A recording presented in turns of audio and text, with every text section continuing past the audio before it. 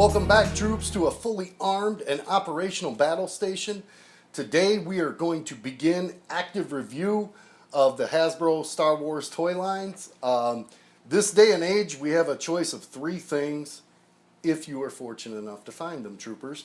You have Black Series figures, you have Mission Series figures, which come in a 2-pack, and you have Saga Legends, which is a smaller 5-point articulated Star Wars Rebel line, which I'm sure by now you guys are all completely aware of, because I'm sure at some point in time you found at least some of this.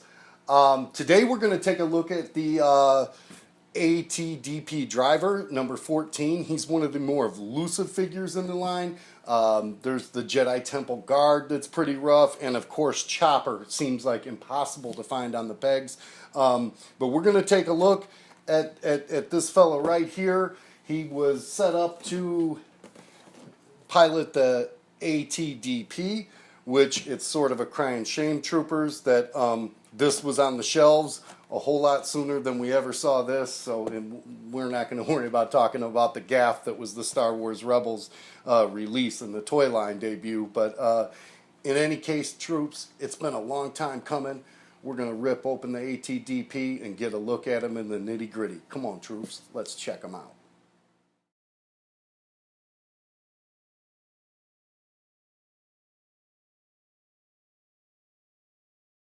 Okay, troops, the first thing you're going to notice is much smaller packaging these days, very tiny, very cheap.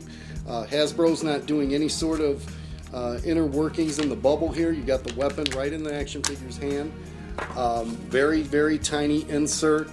What I notice about this figure, though, first and foremost, is it's sort of a hybrid between a biker scout and an ATST driver.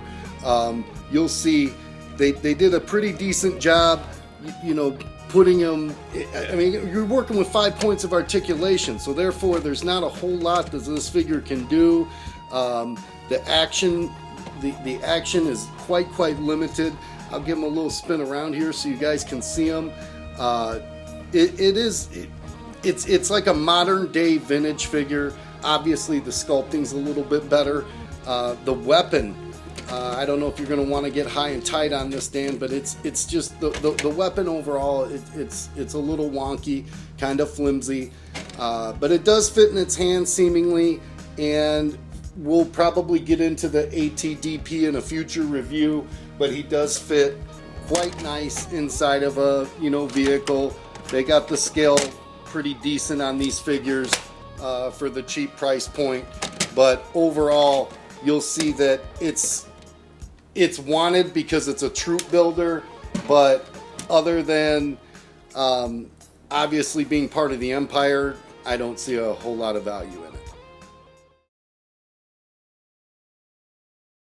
So overall, troops, if you are collecting the Rebels line, the all-terrain defense pod driver is definitely one you're going to want in your collection. The problem is, can you find it? So far, from what I've seen, I think I found 2 of them in the wild, and I know a lot of other troopers have wrote in and said things to us in regards that you just can't find any of these figures. Overall, I think it's worth your while. You definitely need them in abundance for not just the basic.